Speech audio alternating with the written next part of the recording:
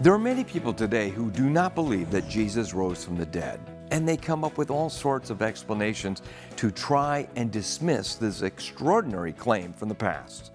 The resurrection of Christ was so significant that it has divided the timeline of history before Christ and after him, Anno Domini, in the year of our Lord. When it comes to the resurrection of Jesus, there was a group that was very skeptical at first, and that is the disciples themselves. But after Christ walked out of his own tomb, he appeared to the 11 apostles, that is the 12 minus Judas, over and over, day and night, over a period of 40 days. The first time around, Thomas wasn't there.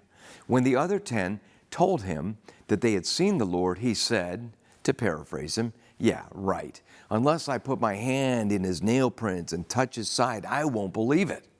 Shortly thereafter, the apostles were together again, under lock and key, when Jesus appeared to them. And he said to Thomas, "Come here and touch me for yourself." And Thomas got down on his knees and said, "My Lord and my God."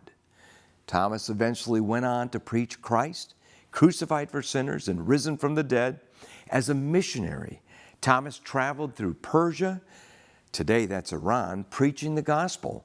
Tradition tells us that he made it all the way to India and established a church in South India. And today there are Christians there because of his mission work.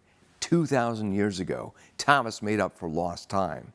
Historically, it's true that these apostles, including Thomas, so convinced by the risen Christ, went out and began to turn the Roman Empire upside down with the message of forgiveness through the cross and resurrection. And now, roughly a third of humanity claims to believe this historic message. And it all gets back to when Christ came out of his own tomb. He is risen. He is risen indeed. For Coral Ridge Ministries, I'm Dr. Jerry Newcombe.